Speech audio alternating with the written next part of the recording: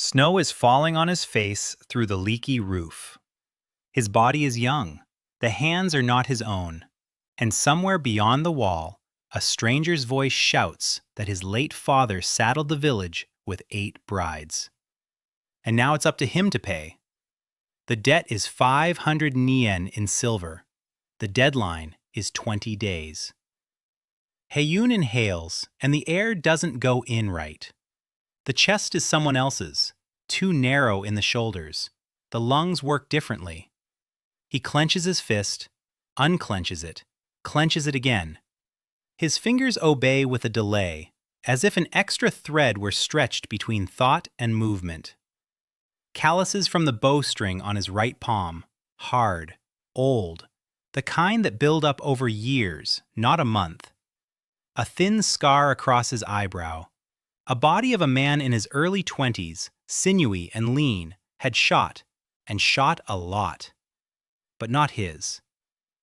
He lies on the boards for another minute, simply breathing, getting used to this foreign shell.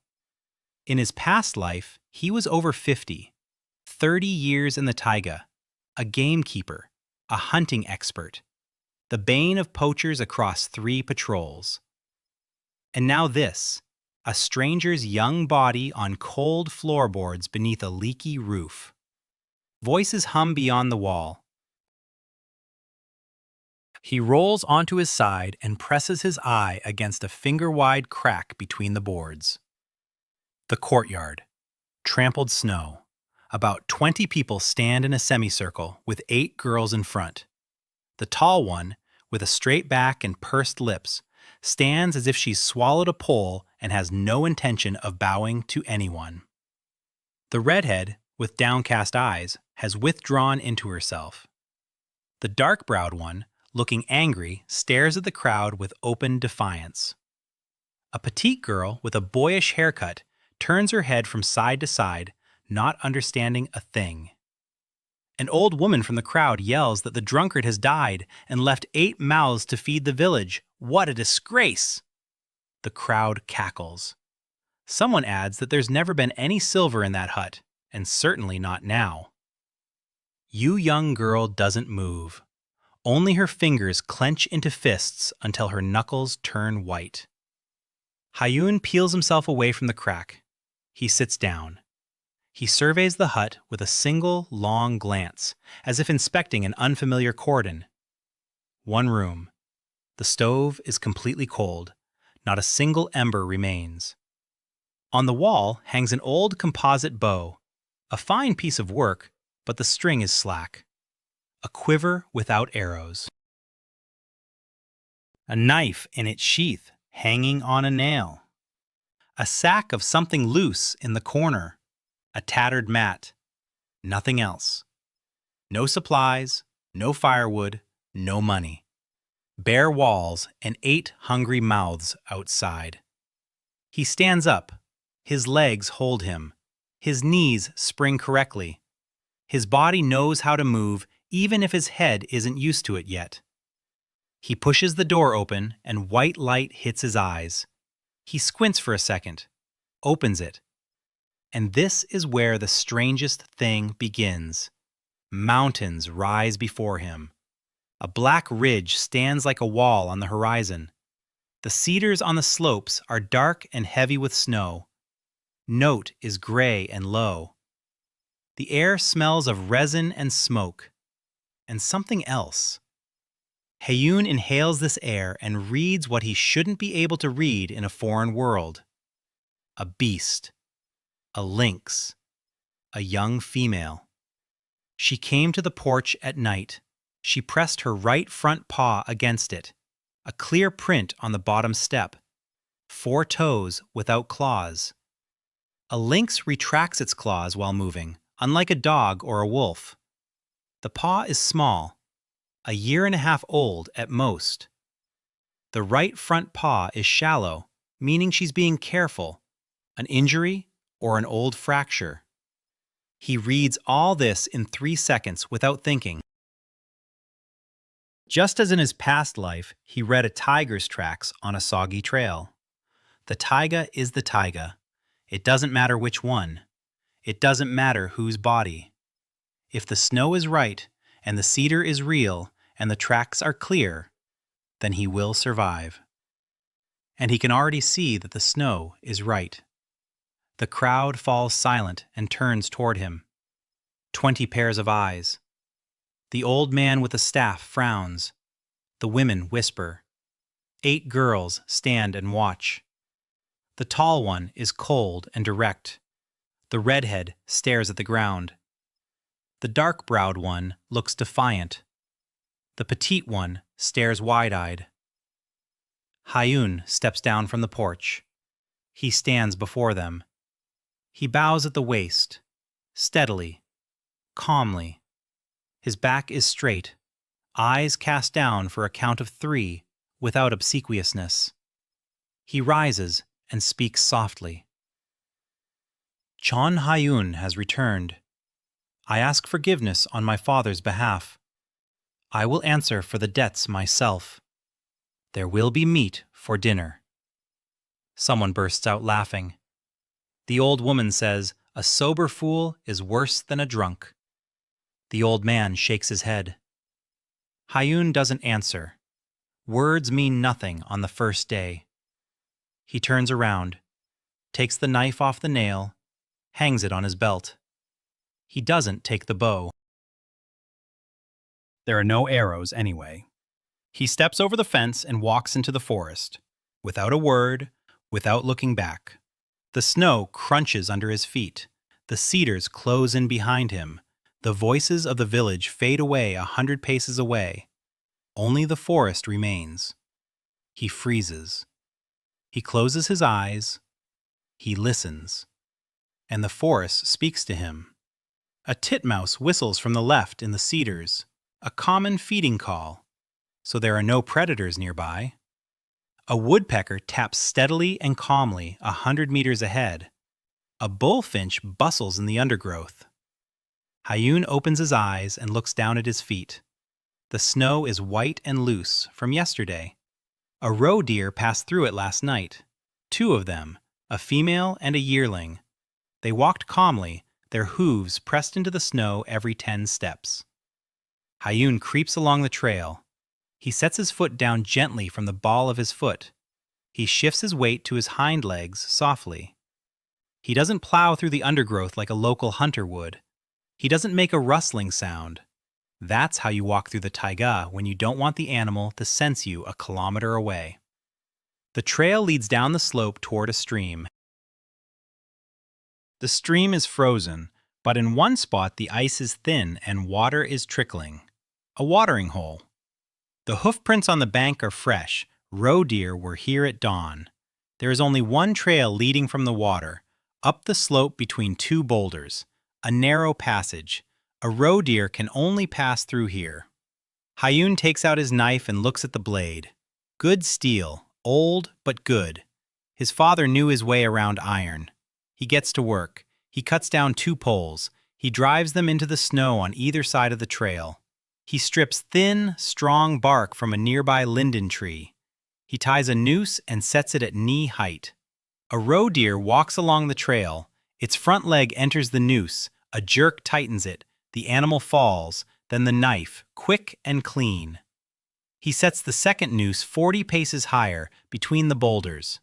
He walks behind a spruce tree and sits down. He waits. He knows how to wait.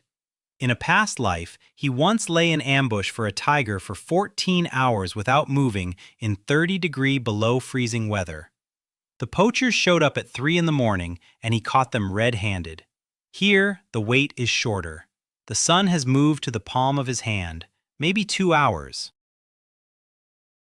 A titmouse in a cedar bush suddenly falls silent. Then it whistles anxiously and briefly. Hayun doesn't move. Only his eyes. The trail is empty. Another minute. A head peeks out from behind a boulder. A roe deer, a female, cautious. Ears pricked forward, nostrils flared. She stands, listening. Hayun holds his breath. The wind blows from her toward him. She doesn't sense him. A step. Another step.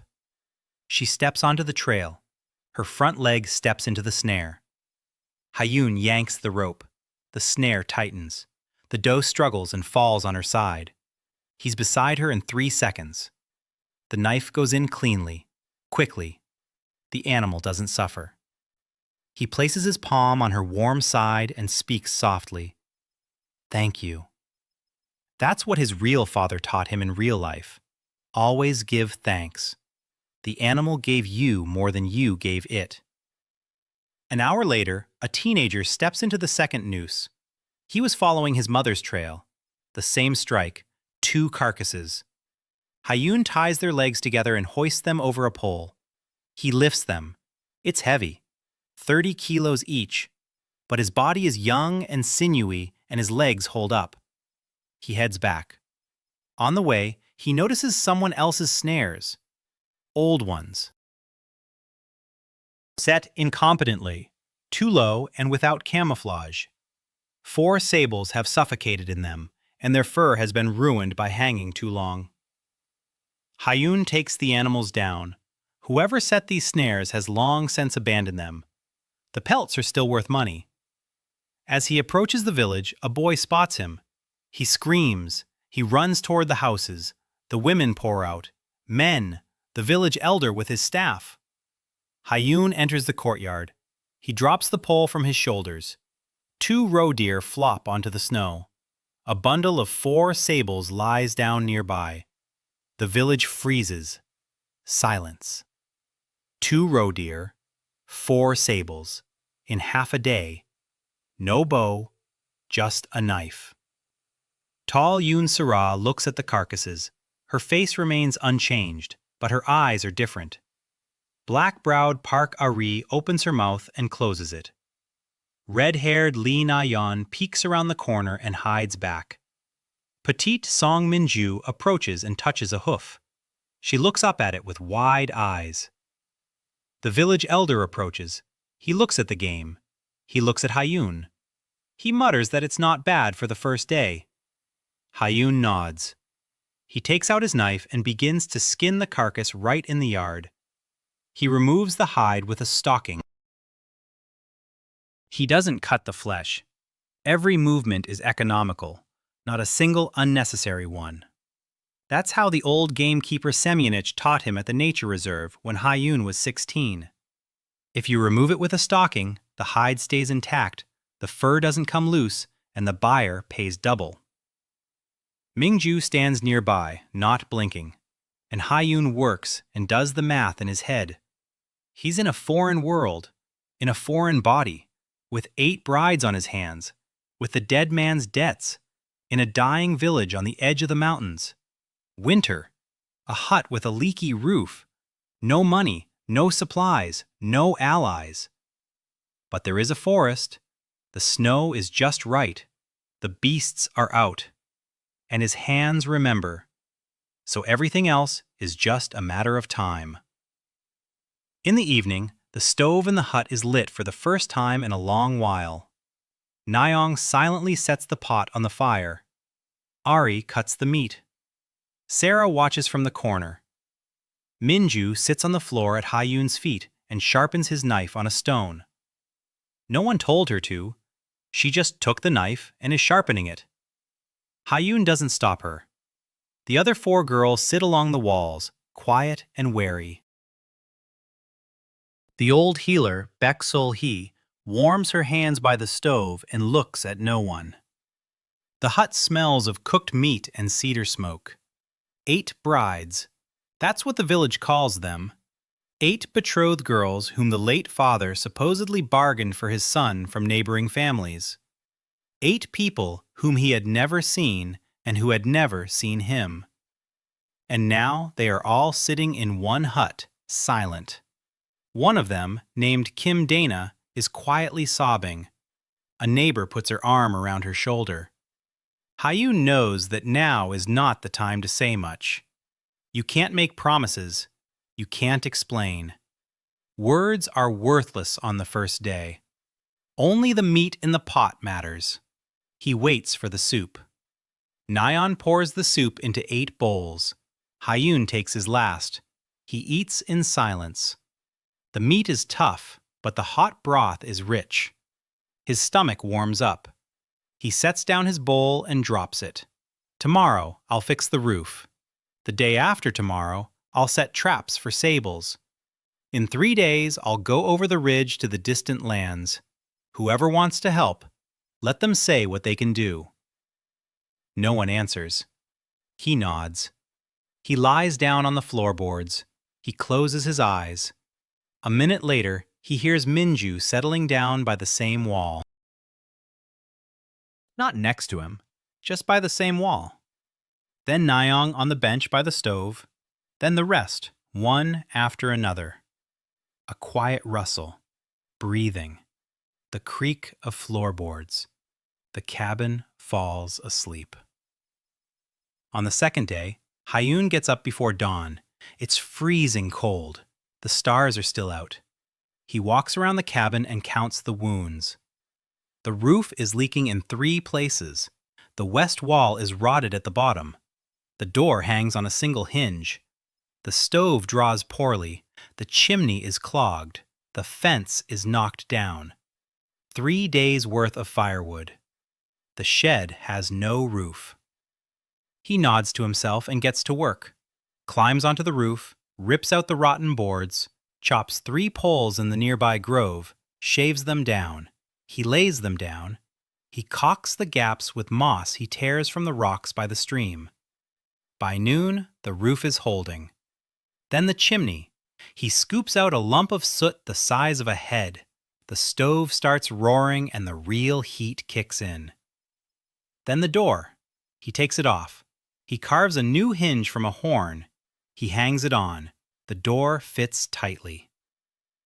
Mingju shows up around dinner time, silently, hands him tools, holds the board steady while he nails it down. Hayun doesn't rush him. They work together without words.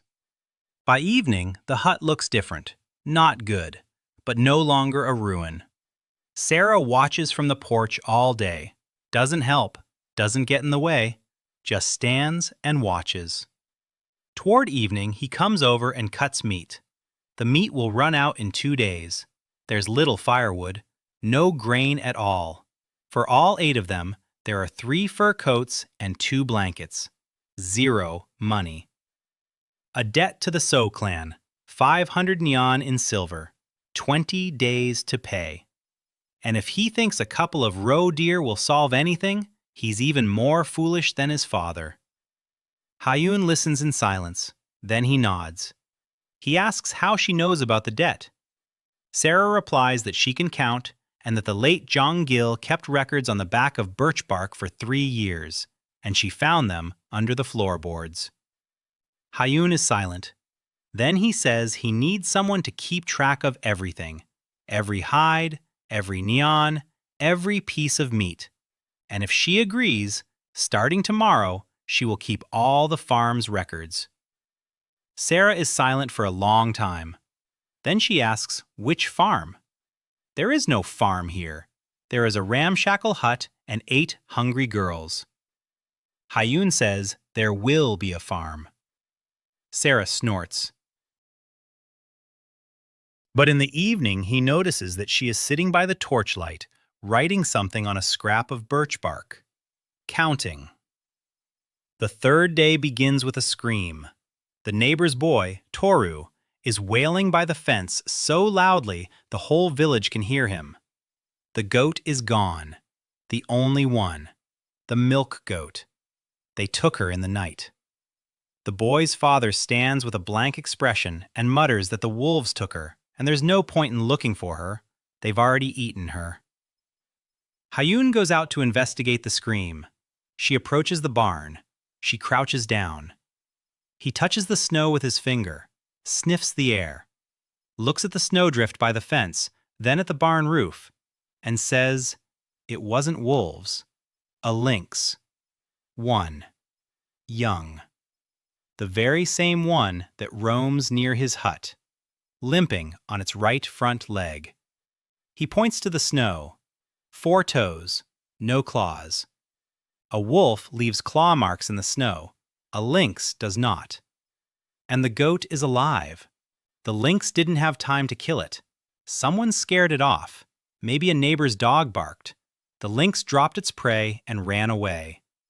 And the goat is now standing in a ravine behind the bathhouse, up to its belly in snow, too afraid to bleat. The village is in an uproar. An old woman shouts that the boy has lost his mind, just like his father. The boy's father shakes his head. Toru is howling. Hayun silently turns and walks behind the bathhouse. Toru runs after him. The ravine.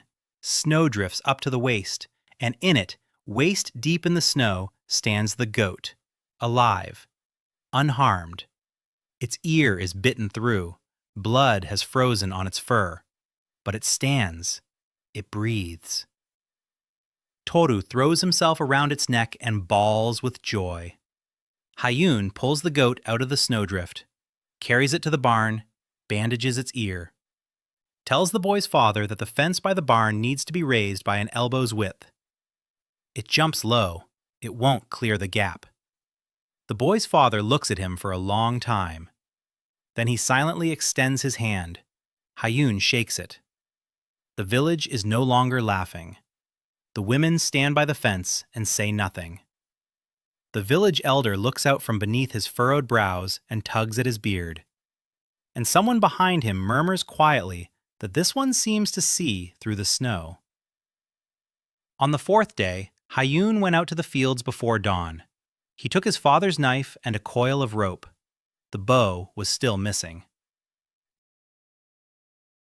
More precisely, the bow was hanging on the wall, but the bowstring had rotted and one limb was cracked. He needed a new one. But first he had to figure out what kind of land lay around him.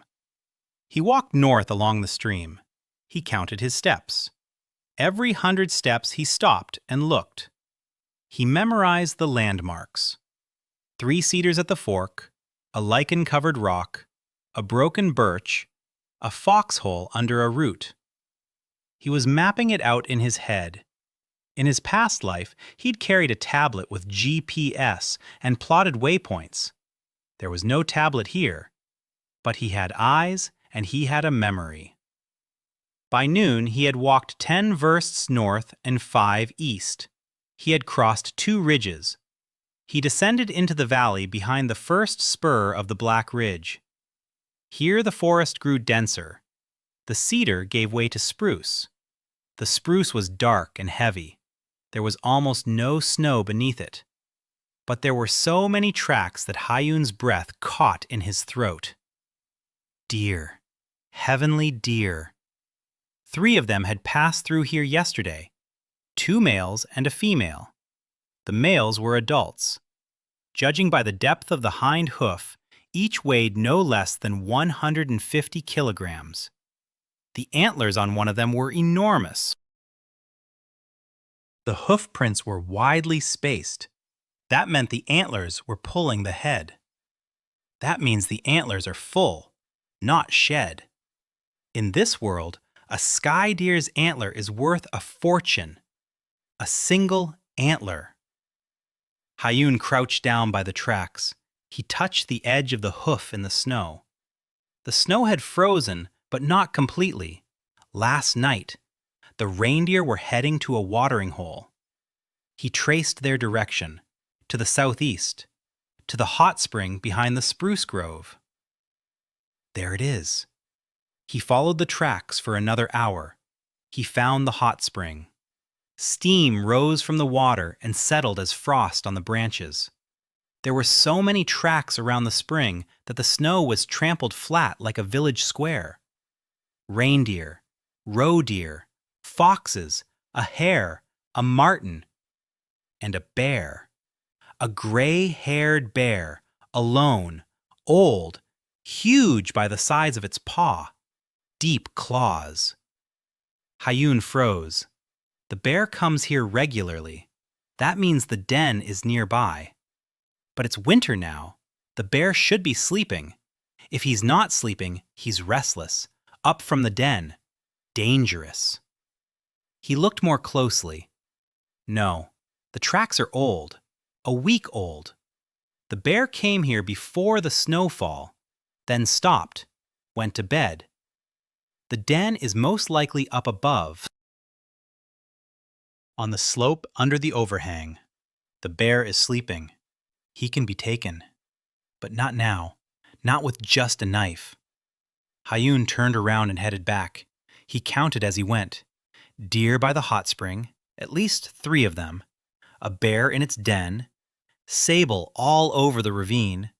A marten in the spruce grove.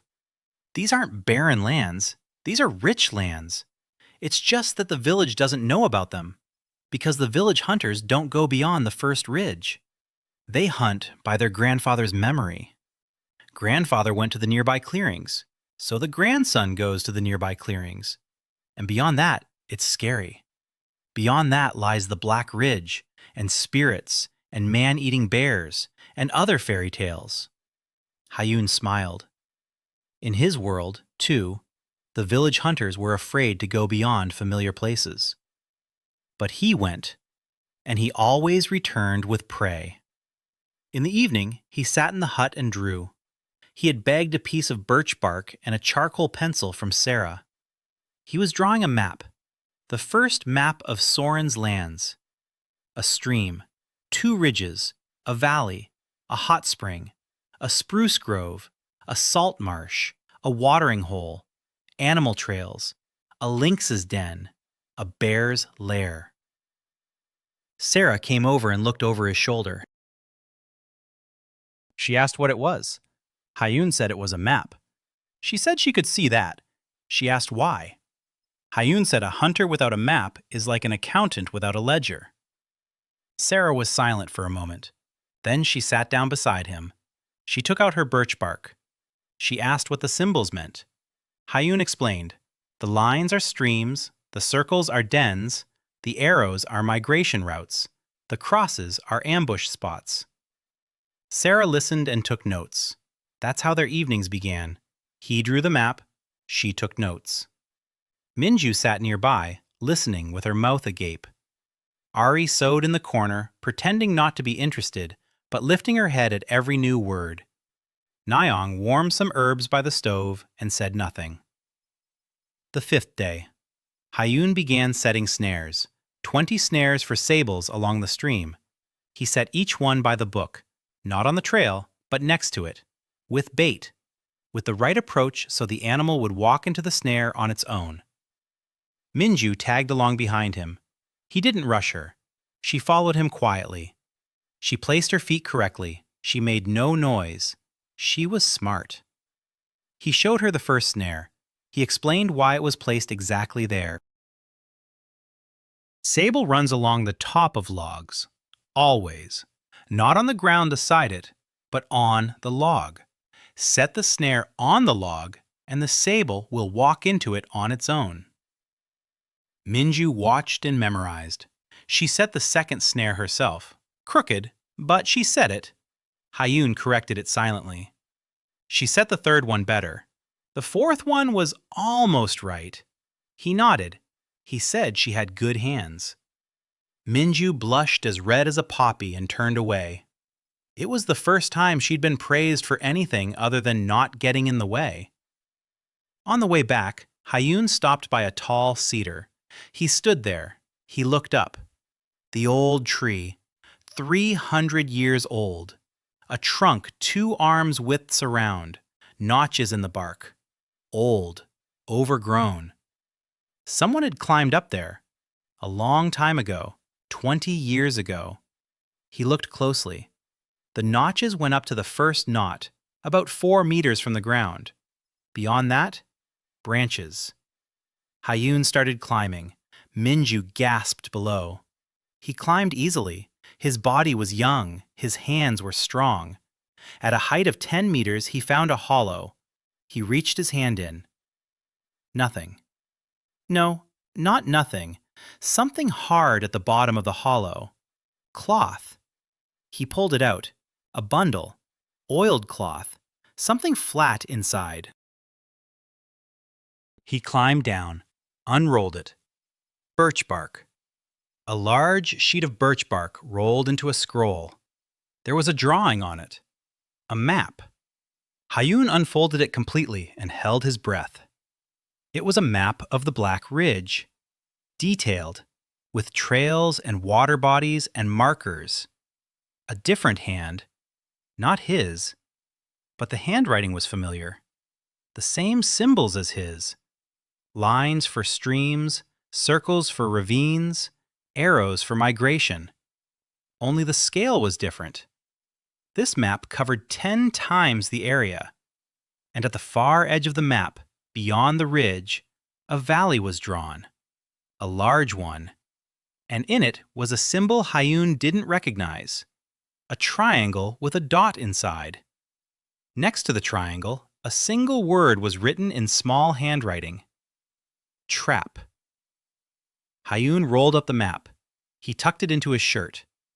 Minju asked what it was. He said it was an old map, his father's. Minju said that his father had drawn maps too.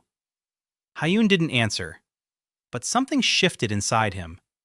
His father had drawn maps, with the same symbols he used, the same lines, the same circles. How would a village drunkard know how to draw a topographic map? He put that thought aside for later. There were more important matters at hand. The debt to the So clan was due in 16 days. 500 nyans in silver, 2 roe deer and 4 sables would be 20 nyans at most. A drop in the bucket. He needed a big beast. He needs that bear. The gray-haired bear. The gall of a single gray-haired bear is worth 100 nyans. The hide is another 50. The meat is 30. Total, 180. Plus the sables from the line. If 20 of them are 5 nyans each, that's another 100. Total, 280. Not enough. He needs more. He needs a deer. A sky deer's antler is worth 200 nyans. 1 antler. A deer has 2 antlers. 400. Plus the bear, plus the sables. That's enough. More than enough. But a deer isn't a roe deer. A deer is fast and cautious. You can't catch it without a bow. You can't catch it with a snare. You can't catch it with a pit. I need a bow. Hayun took his father's old bow down from the wall. He examined it. One shoulder was cracked, but not broken. The crack was superficial. If he wrapped it with tendon and glued it, it would hold. He needed a new bowstring, a deer tendon, or a roe deer sinew. He had sinews from yesterday's roe deer. Naon was drying them by the stove. He walked over to Naon. She flinched. He stopped 2 steps away, no closer. He asked quietly if she had any dried tendons. She nodded. Without looking at him, she pointed to a bundle by the stove. He took it. He said thank you. He left. He didn't linger for a second. Naon watched him go. For the first time, she didn't flinch. In the evening, he was mending his bow. Minju held his shoulder. Hayun wrapped the crack with sinew and sealed it with resin.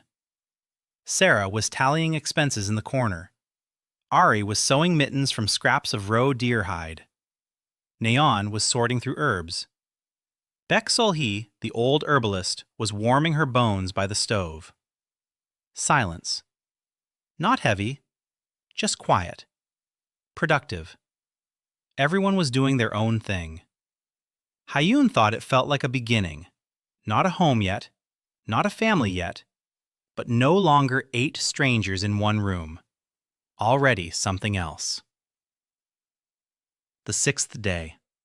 Morning. Hayun went to check the snare line. Minju followed him. 7 of the 20 snares had been triggered. 5 sables, 2 ermines. Hayun removed the catch. He adjusted the snares. He showed Minju how to determine the freshness of a track by the snow crystals. A fresh track has sharp edges. After an hour, the edges become rounded, After 3 hours, the track is flat. After a day, it gets covered up. Minju touched the track with her finger and nodded. On the way back, they met 2 men from the village, hunters, the Park brothers, big, bearded, and sullen. One was carrying a hare on his shoulder, just one, for the whole day. They looked at the bundle of sables in Hayun's hands, and the younger brother's face twisted. The older one asked where he got so many. Hayun said he sets the snares right. The older one snorted. He asked exactly where. Hayun said along the stream past the first ridge. The younger one said, "You can't go past the ridge. There's a bear there. There are spirits there." Hayun shrugged. He said he hadn't seen any spirits, and the bear was sleeping. The brothers exchanged glances. The older one asked if Hayun wanted to hunt with them. Hayun thought about it. Then he said no. But if the brothers wanted, he would show them where to set snares on their side of the stream, for free. The brothers exchanged glances again. The older one nodded. It was their first alliance, a small one, 2 sullen men with a hare. But it was a start. Hayun understood he couldn't make it alone. He needed the village, the whole village, not as friends, as people who stood to gain from having him around. On the evening of the 7th day, Hayun gathered all 8 of them in the hut. He sat on the floor. He looked at each one in turn. Sero, Nayun, Ari, Minju, Beksolhi, Kim Danu, Cho Yu-ri, and last, the quiet Hwang Mi-ho. He said he wanted to know what each of them could do, not to give orders, to understand. Sera can count, he knows that. Nayun knows herbs, that too. What can Ari do?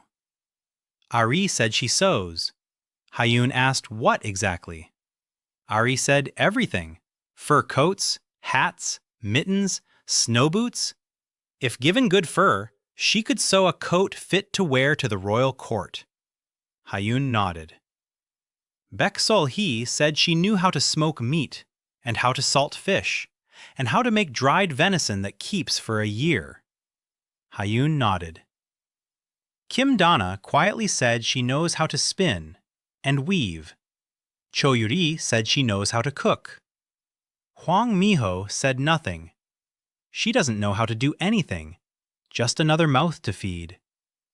Hayun looked at her. He asked what she did before she ended up here. Mi-ho said her father was a fisherman.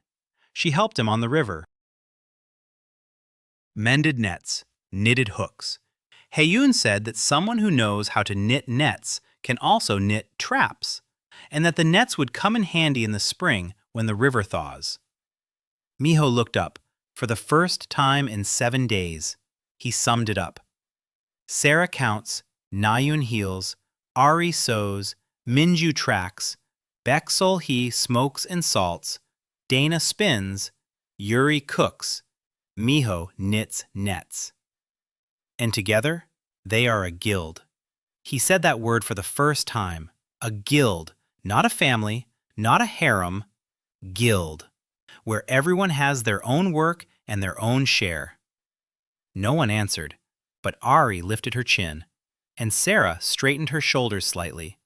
Hayun surveyed the distant lands and discovered that beyond the first ridge roamed celestial deer and a gray-haired bear.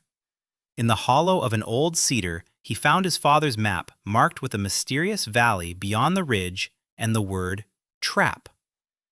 He repaired his bow and set a line of snares for sables. He assigned a craft to each of the 8 women and, for the first time, called them a cooperative. On the 8th day, Hayun went after the bear, a gray-haired bear in a den on the slope behind the spruce grove. Judging by the tracks from a week ago, the beast weighed no less than 300 kilograms, one of the largest Hayun had ever seen in any of his lives. Bile, skin, meat, fat. This isn't just prey, it's half the debt. He prepared for 3 days. The first day was reconnaissance. He circled the slope, found the den. An upside-down old spruce, roots sticking up, a pit beneath them. The entrance is covered in snow, but there's a breathing hole. Steam rises in a thin stream. It's sleeping. Hayun didn't get closer than 30 paces. He made no noise. He memorized the spot. He checked which way the wind was blowing. From the west, so he'd have to approach from the east. The descent down the slope is steep. If the beast wakes up and runs, it'll go downhill. Always downhill. A bear runs worse uphill. So he'd have to dig the pit at the bottom, on the trail. On the second day, he dug the pit. The ground was frozen solid. The knife wouldn't cut through it. He found another way. He built a fire where the pit would be. The ground thawed to the length of a bayonet. He removed a layer. He lit it again. Another bayonet's depth. By evening, the hole was chest deep and 2 paces wide. He stuck 3 sharpened stakes into the bottom. He covered the hole with poles. He filled it with snow. He packed it down. He threw a handful of pine needles on top, invisible. A person might have noticed it, but the bear wouldn't notice it, even in a panic. On the third day, he prepared a bow. The bowstring was made of roe deer sinew. He made the arrows himself. The shafts were from straight hazelwood. The tips were made of bone. Not iron. There was no iron. But bone, if sharpened correctly, pierces the hide just as well. 3 arrows, that's all he needed. If 3 weren't enough, it meant he'd done something wrong, and a 4th wouldn't help. On the morning of the 8th day, he got up before dawn. He got dressed. He checked his knife. He checked his bow. 3 arrows in the quiver, a rope on his belt. He went out. Minju was sitting on the porch, fully dressed, with his second knife on her belt. Hayun looked at her. He said no. Minju said she would go. He said a bear isn't a sable. She said she knew. He said that if the beast came out of its den angry, they'd have to run fast. She said she runs fast. He said she was 15. She said that if he didn't come back, who would teach her to set snares? Hayun was silent. Then he said, okay. But she would stand where he told her to and not move, under no circumstances. Minju nodded. They walked for 2 hours in the dark. Minju kept up. She stepped quietly. She walked steadily. She didn't complain. A smart girl. As they approached the den, Hayun stopped her with a gesture. He positioned her behind a thick cedar tree 40 paces away. He pointed. Here. Stay. Be quiet, no matter what you see. Minju nodded. Her eyes were serious, not a trace of fear. Or perhaps she was afraid, but she was holding it in. Hayun circled the den from the east. The wind was right. The bear wouldn't smell him. He took up a position 20 paces above the den, bow in hand, arrow on the string. Now he had to wake it up. He picked up a stone. He threw it right at the den's entrance. The stone struck a root, a hollow thud. Silence. 1 second. 2. 3. The snow on the den shifted. Then it exploded. The bear burst out of the den like a train from a tunnel. Huge, gray-white, eyes red from sleep, muzzle covered in frost. He stood on his hind legs and roared. The roar rolled down the slope and echoed off the rocks. Hayun's stomach clenched. It was that very second every hunter knows, when the beast stands before you and you realize it is stronger, faster, heavier, and that you have only one shot.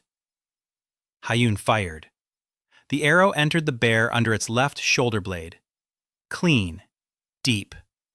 The bear roared. It charged down the slope, straight toward the pit.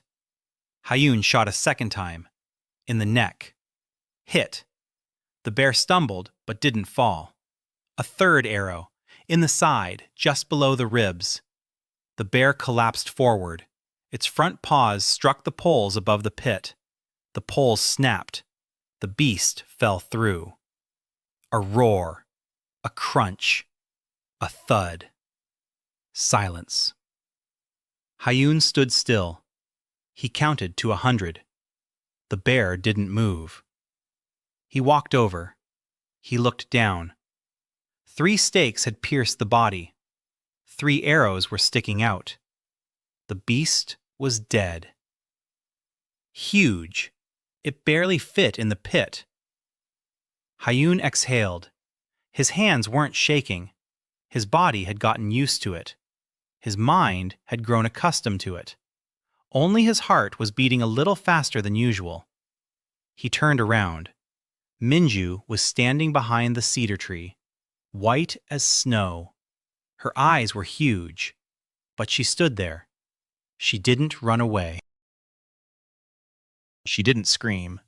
She stood where he told her to and didn't move. He nodded at her. She exhaled and sat down in the snow. Her legs wouldn't hold her. He didn't rush her. He waited until she caught her breath. Then he called out to her. They worked until evening. It was impossible to pull the bear out of the pit alone. Hayun tied a rope around the carcass and looped it over a thick branch, a lever. Minju pulled from the other side. Together, they pulled it out. It was heavy. 300 kilograms of a wet, dead beast. Then the butchering. Hayun worked quickly but carefully. He removed the gallbladder first. Warm. He tied off the duct, placed it in a birch bark box stuffed with moss. A bear's gallbladder must be removed while warm and dried in the shade. If it cools and is then reheated, it loses its properties. The locals don't know this. The locals cut out the gallbladder along with a piece of the liver and dry it in the sun, and they lose half of its healing power. It took him 3 hours to skin the bear. Carefully. Not a single cut on the hide. Minju held the edge and watched him work, memorizing. He cut the meat into pieces and stacked them on poles. He removed the fat separately. Bear fat is expensive in this world. Melted in a double boiler. Nyong will know how. By the time they finished, the sun had already set. The moon rose over the ridge, white and round. Hayun sat on the log next to the pile of meat and the hide, gazing at the moon. Minju sat beside him. She was looking too. She asked how he wasn't afraid. Hayun said he was afraid. He's always afraid. Every time. She asked then why he went. He said that fear is just your body telling you that this is serious. If you're not afraid, it means you don't understand what you're doing. Minju was silent for a moment. Then she said she wanted to learn to do the same. Hayun said she would learn. They spent the night on the hillside. Hayun built a fire. He constructed a shelter out of fir branches. Minjun fell asleep by the fire, wrapped in his spare cloak. Hayun sat and thought. There are bears, there's a fox, there's a pelt. That's 180 nyans, 14 sables in a week. That's 70 nyans.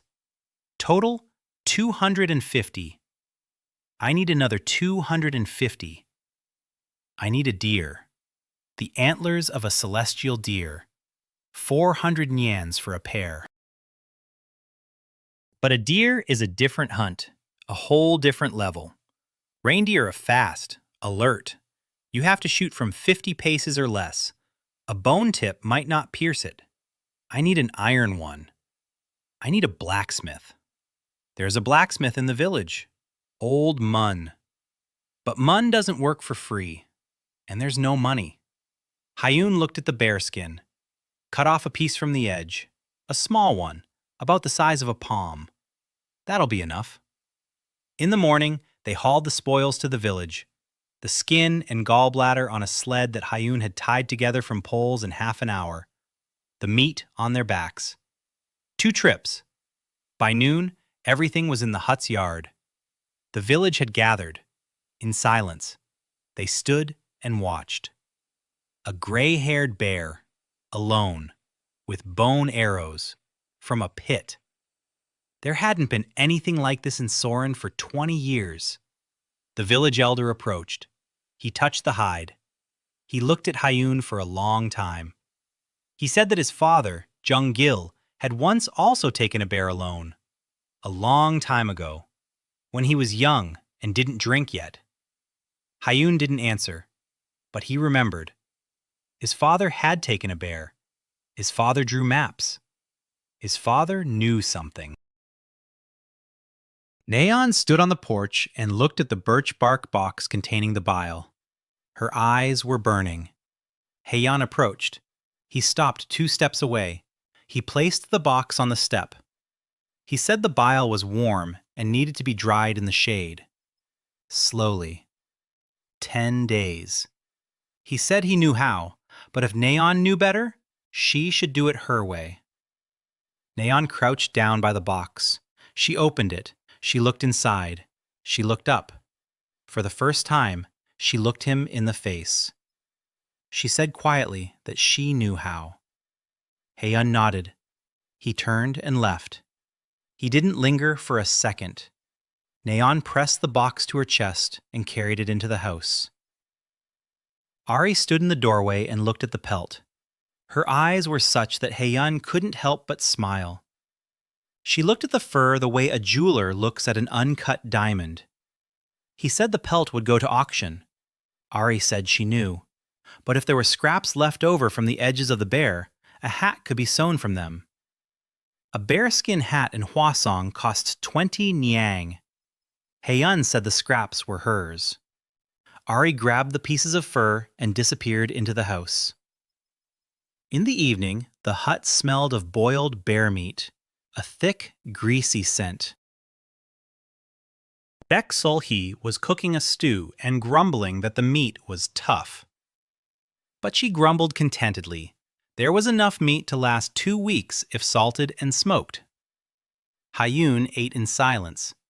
Sarah sat across from him and watched him. Then she gave the figures.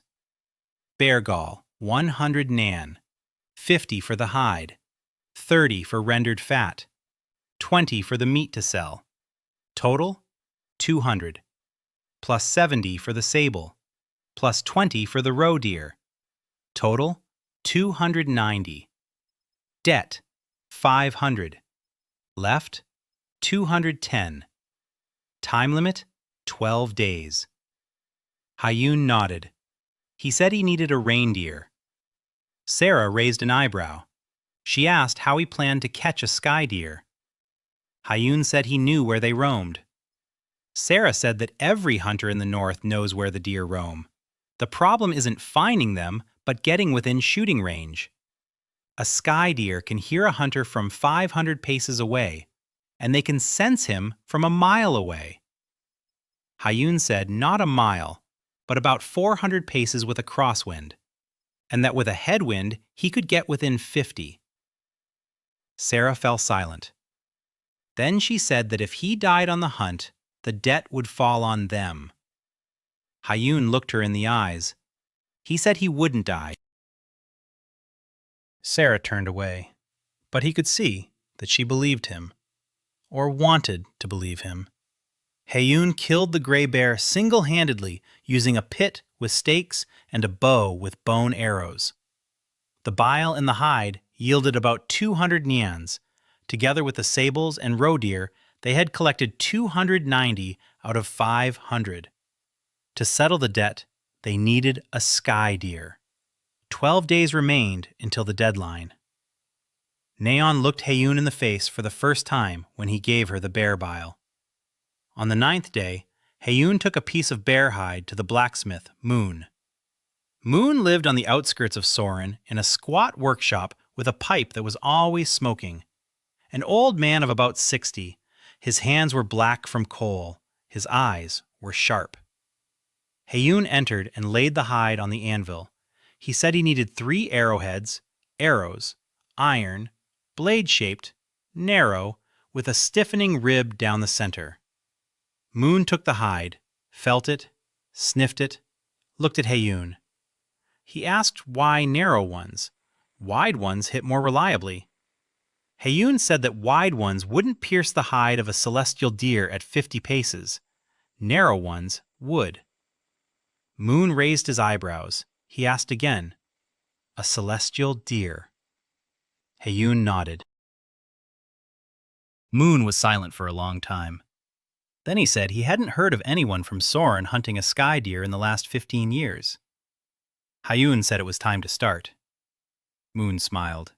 He said 3 arrowheads would be ready in 2 days. The hide was good. It would be enough for 10 arrowheads, but he would take 3 and save the rest for the future. Hayun nodded and left. He spent 2 days preparing. He spent the first day on the deer trail by the hot spring. He didn't hunt. He watched. He lay on the slope 100 paces from the watering hole and watched. The deer came at dawn. 3 of them, 2 males and a female, just as he'd thought. The lead male was enormous. His antlers were like a tree, branched, white with a reddish tinge at the base. That meant the antlers were alive. Blood still nourished them. Antlers like that were worth double at auction. The second male was smaller, young. His antlers were simpler. The female had no antlers. She was pot-bellied, pregnant. Hayun immediately ruled her out. You don't shoot a female with a fawn. Never. The young male isn't needed either. He'll produce offspring in a year. He needs the leader, an old one, a seasoned one. He's already fulfilled his genetic duty.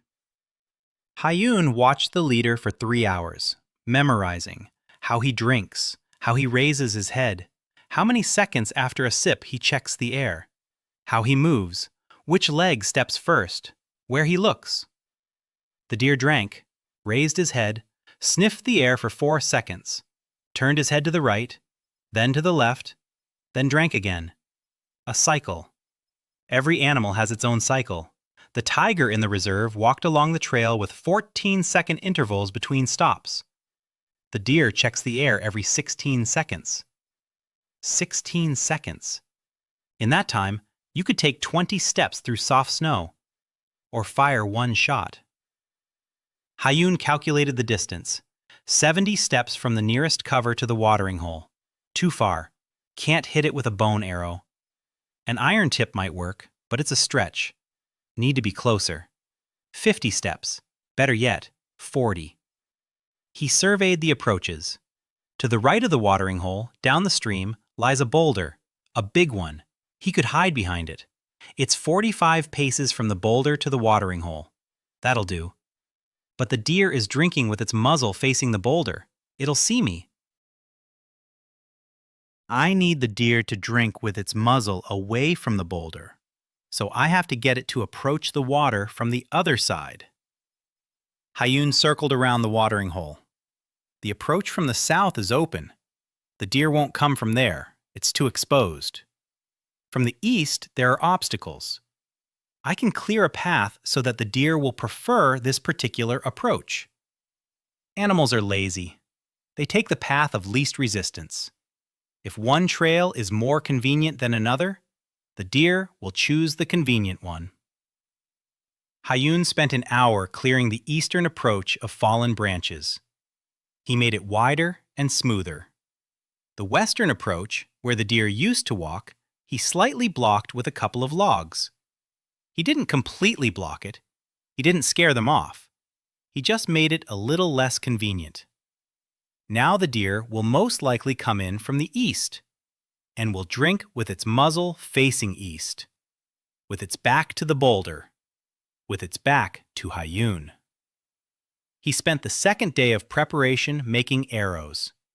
Moon forged the arrowheads as promised, 3 of them, narrow, long, with a ridge. Hayun mounted them on the shafts, wrapped them with sinew, glued them. Feathers from a capercailzie's tail. 3 feathers per arrow, set at a slight angle so the arrow would spin in flight. A trick from his past life. Local hunters set the feathers straight. The arrow flies without spinning and veers off course over long distances. A spinning arrow flies true, like a bullet. He checked each arrow for balance. He twirled them on his finger. The first was perfect. The second was slightly heavier at the tail. He trimmed the feathers to a hair's breadth. The third was good. 3 arrows, 3 chances. On the morning of the 11th day, he left the house before dawn, alone. He didn't take Minju. He said a deer isn't a bear. You hunt deer in silence, alone. Minju pouted but stayed behind. Hayun walked for 2 hours. By dawn, he was at the boulder. He lay down behind it, wrapped himself in a gray cloak, covered himself with snow, became invisible. The bow lay nearby. The arrows were stuck in the snow, tips pointing up. Wait. Nothing for the first hour. Nothing for the second hour. The cold crept under his clothes. His fingers went numb. Hayun wiggled them inside his mittens. He wouldn't let them freeze. He couldn't. His fingers had to feel the bowstring. At the start of the 3rd hour, a jay screeched at the eastern edge of the clearing. Alarm. Someone is coming. Hayun froze. He stopped wiggling his fingers. He stopped breathing. A female emerged from the spruce forest, cautious, her nostrils quivering, ears pricked forward. She stood at the edge of the clearing for a minute. Then she moved toward the water. Behind her, a young male, and last, the leader. They were walking exactly as Hayun had calculated, along the eastern trail, cleared, easy to walk on. The female drank first. The young male stood and waited. The leader was last.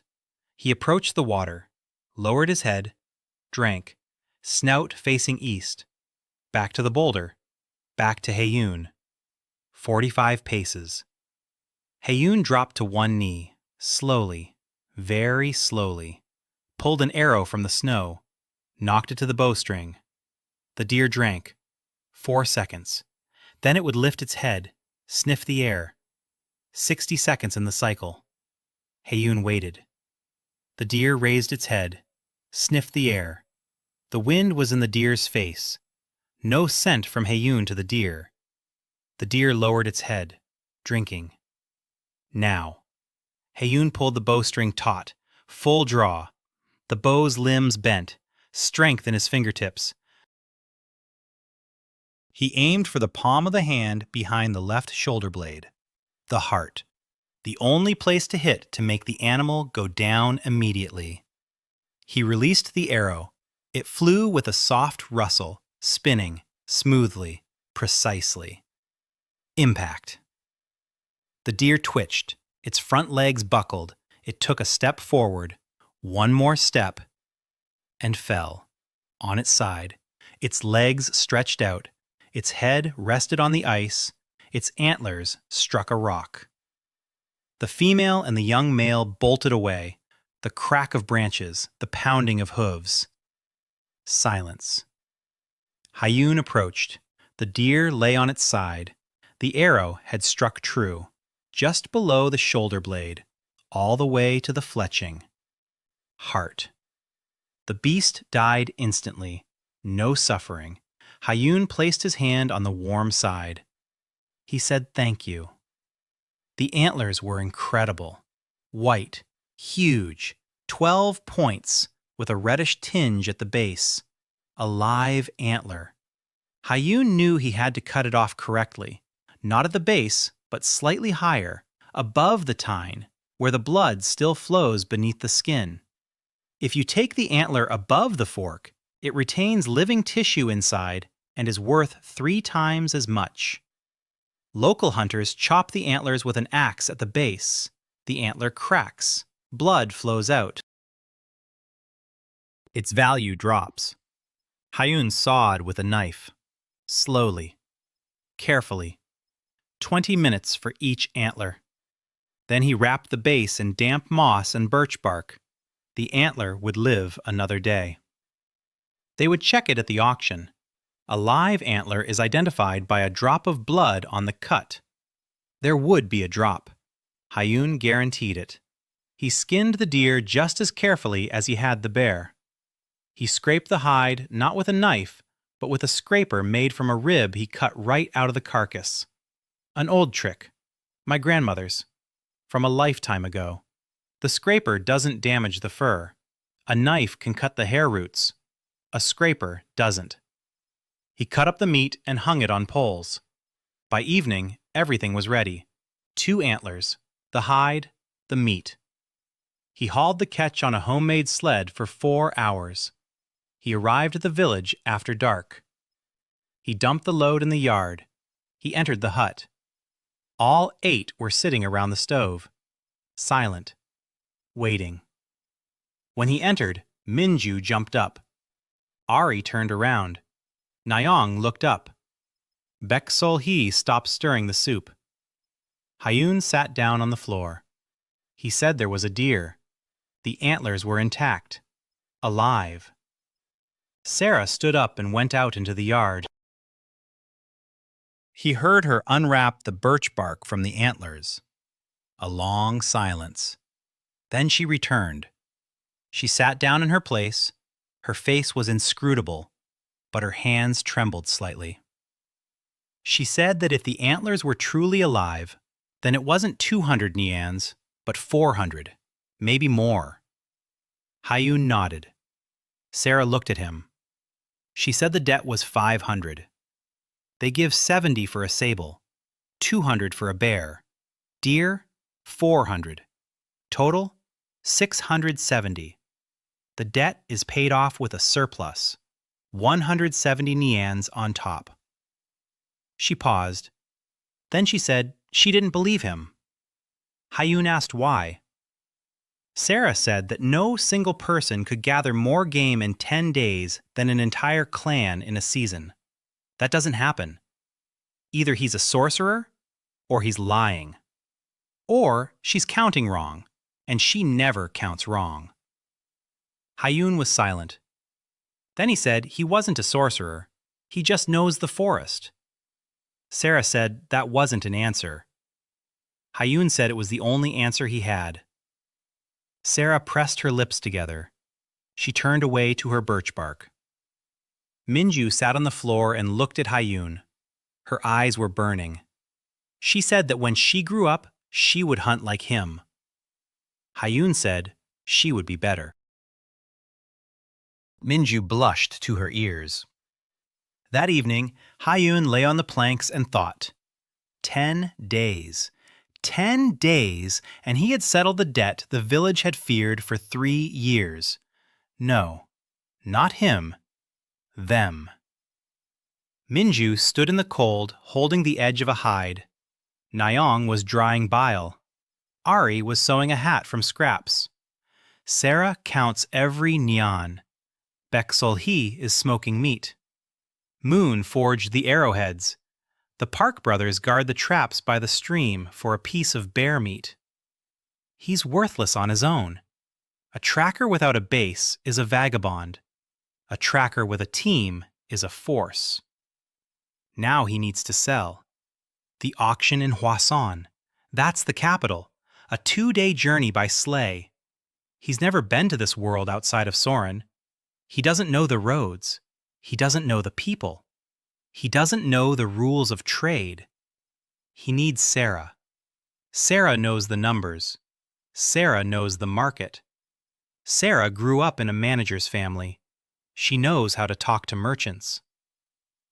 In the morning, Hayun approached Sarah. He said that in 3 days a caravan was leaving for Hwaseon, and that he wants her to go with him. Sarah looked at him coldly. She asked why. He said he needs someone who won't let themselves be cheated. She said she isn't a merchant. He said he doesn't need a merchant. He needs an accountant who knows the true value of things. Sarah was silent for a long time. Then she said she would go. But if he tried to sell the antlers for less than 300 nians apiece, she would personally take his bow away from him. Hayun had hunted a celestial deer with live antlers worth 400 nians. Together with the bear and the sables, the total value of the haul came to 670 nians, which covered the 500 nian debt with room to spare. Sarah agreed to go with him to the auction in Hwasun. It was a 3-day journey to the auction. It took 2 days to get ready for Hwasun. Hayun made arrangements with the village head for a sleigh. The village head agreed. Not for free, for 10 pounds of bear meat, but he agreed. Moon the blacksmith lent him a horse, an old mare, but sturdy. Moon said that if the mare didn't come back in one piece, Hayun had better not come back either. Hayun promised. The 3 of them loaded the sled, Hayun, Minju, and Ari. Ari because she wouldn't let anyone touch the hides. She said their hands were like rakes, and that if anyone crumpled the polar bear fur, she'd strangle them with those rakes. She wrapped the bear hide in 3 layers of canvas and layered it with cedar branches, against moths, against dampness, against everything. Hayun packed the reindeer antlers himself, in damp moss, in birch bark, in canvas. He checked. The antler was still alive. A drop of blood on the cut. Good. The sables were tied into bundles of 5, 21 pelts, 4 ermines separately. Bear bile in a birch bark container, dry. Nyen had dried it for 10 days by the book. Hayun checked. The bile is firm and light, the right dark green color. It smells bitter and strong. That means its potency is preserved. Rendered bear fat, 3 pots. Beksolki melted it in a double boiler for 2 days, pure as gold. A bear fur hat, 1. Ari sewed it in a week. Hayun saw this hat and something tightened inside him. Beautiful, authentic, with ears, lined with rabbit down, even stitches, not a single crooked one. Ari stood nearby and pretended she didn't care, but her fingers fiddled with the hem. Hayun said the hat was worth 30 nians. Ari snorted. She said no less than 40. The caravan set out at dawn on the 13th day. Hayun drove the sleigh. Sarah sat beside him, wrapped in a fur coat, silent. With a birch bark book on her lap, Minju sat in the sleigh in the back. Hayun didn't want to take her, but Minju said someone had to guard the sleigh while they were at the auction. Hayun asked from whom. Minju said, from thieves. Hayun asked what she would do about the thieves. Minju showed him the knife he had given her. Hayun sighed and said, okay. The road to Hwasun went through the forest for 2 hours. Then it came out onto the highway, a wide, well-trodden sleigh track. Caravans traveled along it. Merchant caravans, hunting parties, military convoys. For the first time, Hayun saw the world beyond Soren. Villages lined both sides of the road. Some were wealthier, others were poorer than Soren. A guard post with soldiers in furs and leather armor, with spears. They looked at the caravan from Soren, smiled, let them pass. By evening on the first day, they stopped at an inn, large, noisy, full of hunters and merchants. Everyone was heading to the auction. Hayun went inside and found himself in another world. Soren was quiet. Here it was bustling. Men in furs at tables, jugs, meat, shouting, laughter, the smell of sweat and smoke and sour beer. Sarah followed him inside. She looked around. Her face didn't flicker. She hadn't grown up in a village. She knew this world. They sat in a corner, ordered food.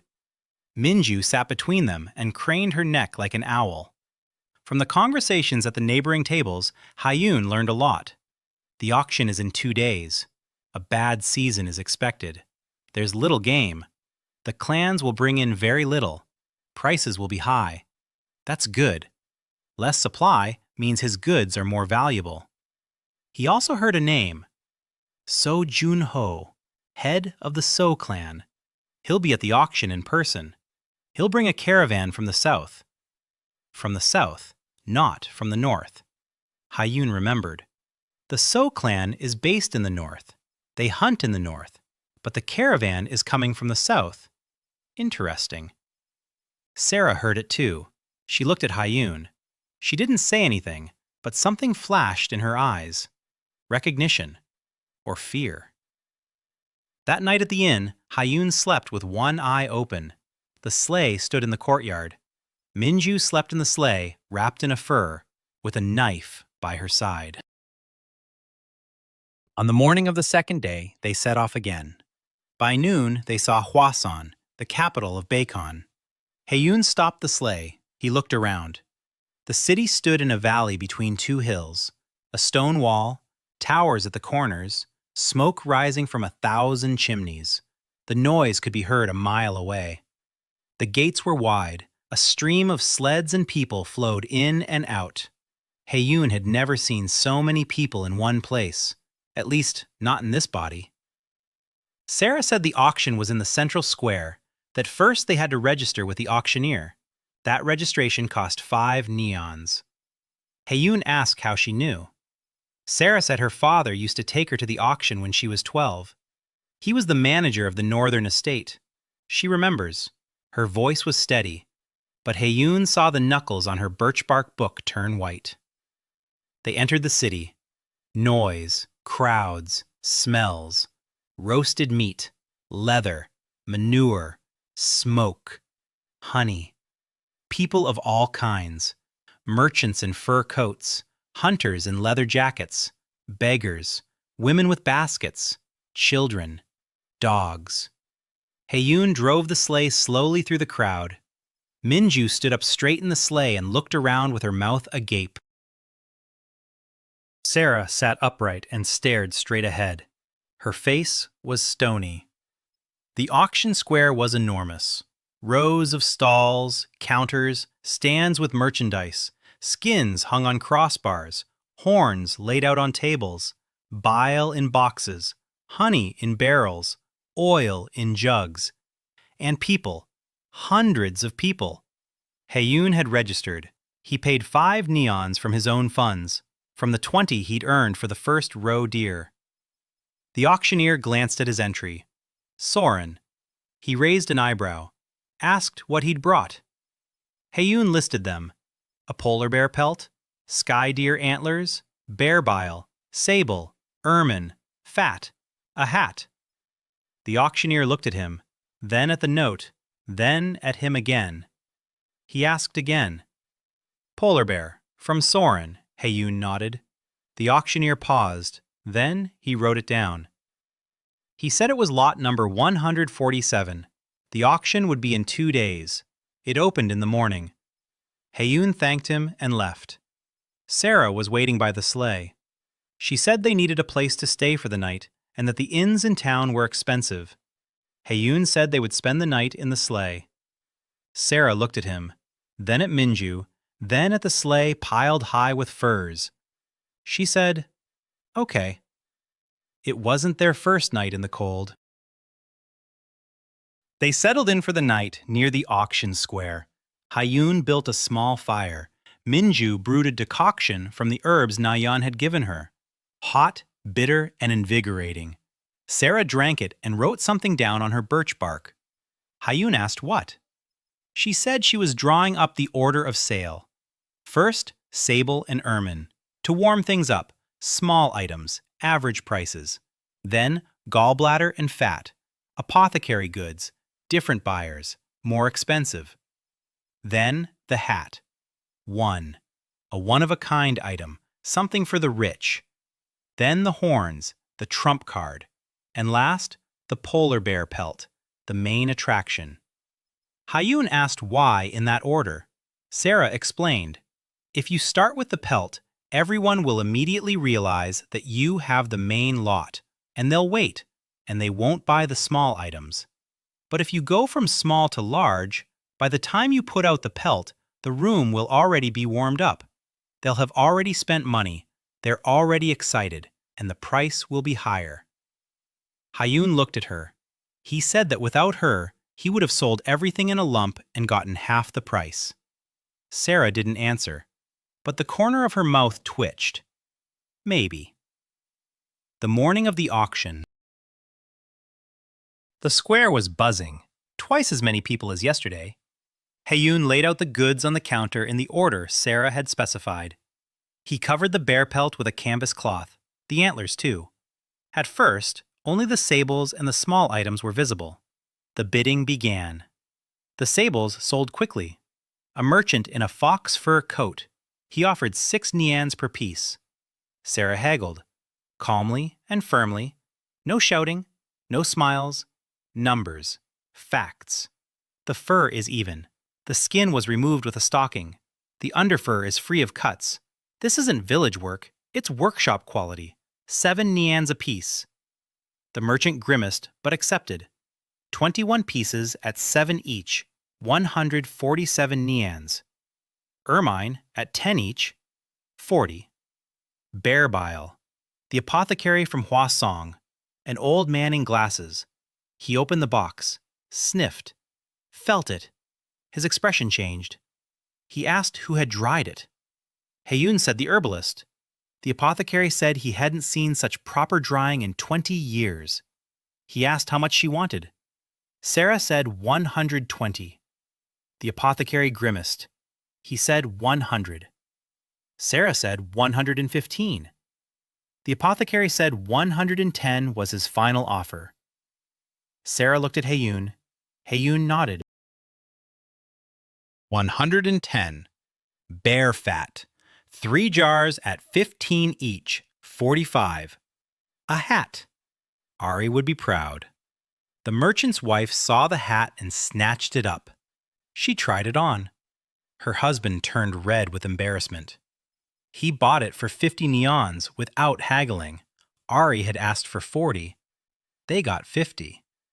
Hayun mentally told Ari that she underestimated her hands. Horns. Sarah removed the canvas. A whisper ran through the rows. 12 prongs, white with a red tinge, alive. Sarah unfolded the birch bark at the cut. A drop of blood, a living horn. Buyers moved closer. Merchants, apothecaries, the nobility. A man in an expensive fur coat with a coat of arms on his sleeve. Hayun didn't recognize the coat of arms.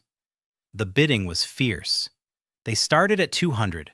5 minutes later, the price was 300.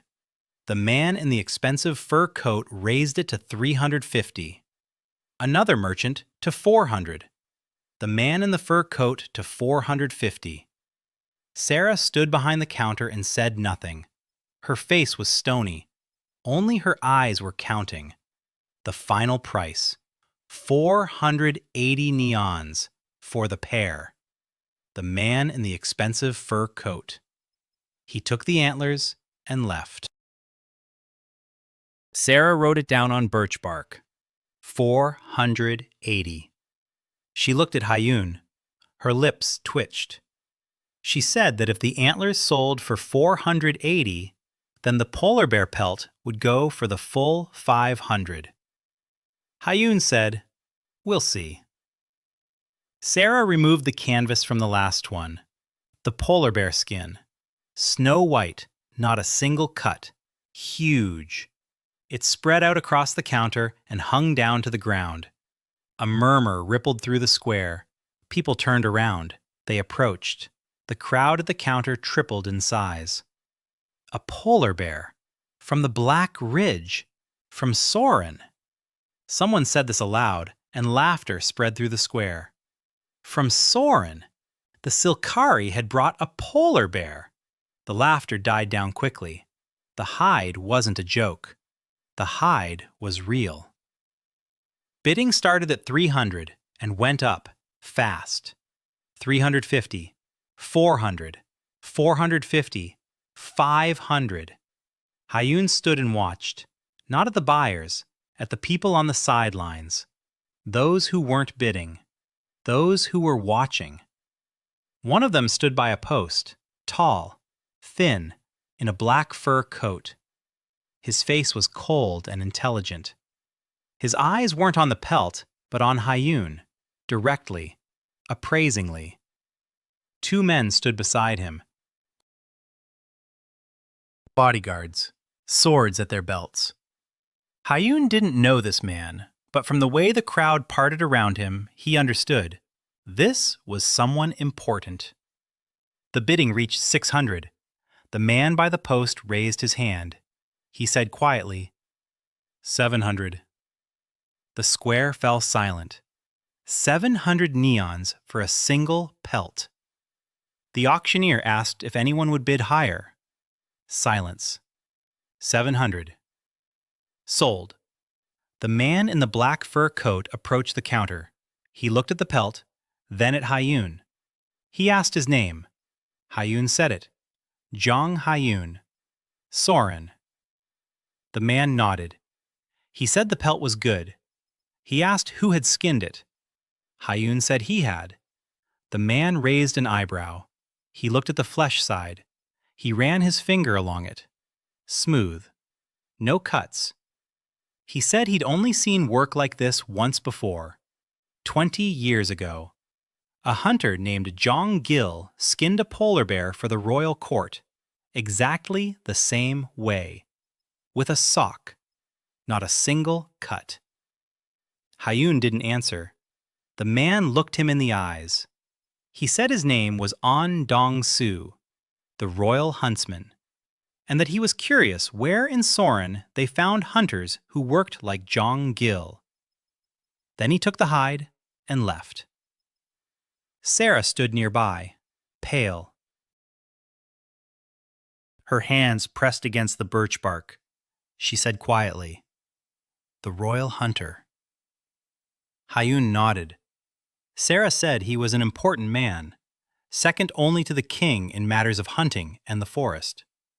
If he took an interest, it was either very good or very bad. Hayun said he'd noticed someone else, that man in the black fur coat by the post, not the huntsman, someone else, who had been standing there watching them since the auction began. Sarah paled even more. She knew who it was. She said it was So Jun-ho, the head of the So clan. Hayun looked over to where the man had been standing. He was already gone. Total for the day: sable, 147, ermine, 40, gallbladder, 110, fat, 45, hat, 50, antlers, 480, hide, 700. Total, 1,572 neon. Sarah wrote down the figure, her hands trembling. 1,572. Debt, 500. Minus 5 for registration, minus 10 for the sleigh, minus expenses. Net profit, over 1,000 neons. From a single auction, from a village that had been written off as dead 3 years ago. The caravan from Soren left Hwaseon the next morning. The sleigh was heavy, but no longer from the hides. From the silver. A chest of coins, a sack of grain that Hayun bought on the way back. Cloth for Ari, iron for Moon, medicine for Nayun, salt, honey, a new saddle for Moon's mare. Hayun steered the sleigh and said nothing. Sarah sat beside him and said nothing. Minju slept in the sleigh on the sacks of grain. When they left the city and the forest closed in over the road, Sarah spoke. She said that So Jun-ho wasn't just standing there watching. She saw his man taking notes. Lot number, name, village, prices, everything. Hayun nodded. He said he'd expected it. Sarah asked what exactly. Hayun said that when you take spoils from someone else's territory, the one who considers the territory his own is bound to come asking. Sarah said that the So clan doesn't ask. The So clan takes. Hayun didn't answer. He stared at the road. He thought. 1,572 neon. The debt is paid off. But money isn't victory. Money is bait. Now he's in the spotlight. Now they'll come for him. He needs a wall. He needs people. He needs a courtyard. He needs a cooperative that stands on its own 2 feet, not just on his shoulders alone. And he needs time, which he may no longer have. When the sleigh pulled up to Soren, the whole village came out, in silence. Hayun stopped the mare at the gate. He jumped down. He took a sack of grain out of the sleigh. A second. A third. He set them down by the well. He said the grain was for the village, for free. The village head approached. He looked at the sacks, at the chest, at Hayun. He took off his hat. At the auction in Hwasan, Sarah organized the sales in a way that brought in 1,572 neon. The polar bear pelt went for 700 neon to the royal huntsman An Dong-soo, who recalled the skill of Jong Gil. Clan head So Jun-ho watched the bidding and recorded Hayun's details. The debt was paid off in full. Hayun brought grain and supplies to Soren for the entire village. The first thing Hayun did after returning from Hwasan was to settle the debt. The So clan's collector arrived on the 14th day, a skinny man with a sour expression and 2 guards behind him. He stood at the gate of the hut and announced that Jong Gil's debt of 500 neons in silver was due today. In the event of non-plan, the hut and the land would pass to the So clan. Hayun stepped out onto the porch. He looked at the collector. He nodded to Sarah. Sarah brought out the purse. She counted out 500 nyang in silver on the table in the courtyard, coin by coin, in neat stacks. The collector looked at the silver, his face growing more drawn with every column. He counted it again, looked at Hayun, then at Sarah, then at the silver, said the debt was settled. He took out a piece of paper, a seal.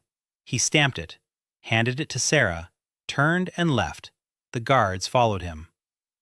Sarah folded the paper, put it away in a birch bark case. She looked at Hayun. She didn't say anything, but her back was as straight as a cedar tree. Minju stood in the doorway and smiled so that we shivered. Ari stepped out onto the porch and said loudly that she liked the way the backs of the So clan looked as they walked away. Nayun stood in the back of the hut, holding a box with the remains of dried bile. She looked out the window. When the collector disappeared around the corner, she closed her eyes and exhaled so quietly that the debt is paid. The first wall has fallen. Now it's time to build. Hayun gathered everyone in the evening, all 8 of them, plus the Park brothers, whom he had called in separately. He sat down on the floor. He spread out a map. Not his father's, his own, the one he had been drawing every evening. He said the plan was this. The hut is too small for 9 people. We need a yard, a real one, with a house, with workshops, with a storage shed, with a fence. There's a spot. The vacant lot behind the hut. It belongs to the village. The village head will sell it for a reasonable price. We have the money. Construction will start in 3 days. Sarah asked how much it would cost. Hayun said he'd done the math. The wood is free. We'll use our own hands. We need nails and hinges and glass for the windows. That's about 80 nyans. Plus tools, another 20. 100 nyans for the whole yard. Sarah wrote it down. She nodded. She said it was acceptable. The Park brothers asked why he had called them. Hayun said he needed 4 extra hands for the construction. Not for free. 10 nyans each. Plus, he would show them where to set sable traps using his method. The brothers exchanged glances. The older one said they'd think about it. The younger one said they agreed. The older one looked at the younger one shrugged, the older one sighed and nodded. Construction began. Hayun chopped wood, the Park brothers hauled logs, Minju planed boards, or tried to. The first 3 boards came out crooked. The 4th was better. By the 5th, she had gotten the hang of it. Hayun showed her how to hold the axe, not from the shoulder, but from the waist, with a short, precise swing. Less force, more precision. Minju remembered. Sarah kept track of the materials, every log, every nail, every board.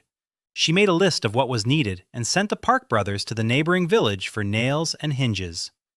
Ari sewed, not for the household, for sale. Hayun brought her 3 pieces of fine fabric and a bale of rabbit fur from Hwasan.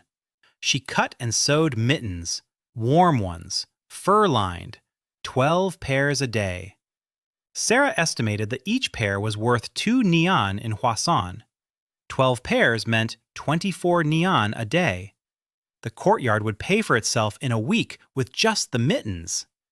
Nayan sorted through her herbs. She made a list of what she needed: ginseng root, oak bark, badger fat, mountain honey, sulfur, wax.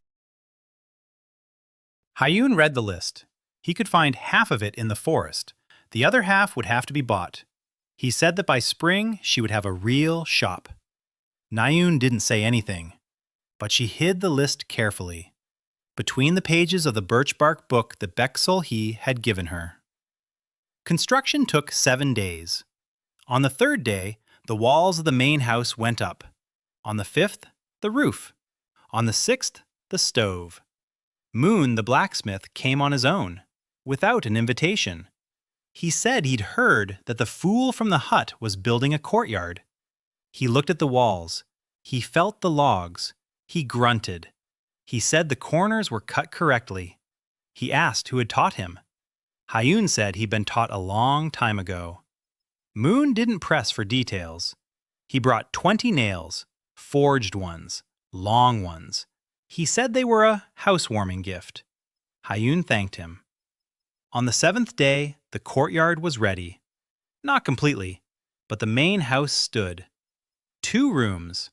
A large common room with a stove and a table, and a small one for storage. A shed for hides and supplies stood separately. A fence as tall as a man. A gate on hinges. Above the gate, Hayun nailed a board. He carved 2 symbols into the board with a knife. Chong. Chong Trading Yard. Sarah looked at the board. She said that trading yard was a grand name for a shed and a fence. Hayun said that everything starts with a name. Sarah snorted, but the corners of her lips twitched.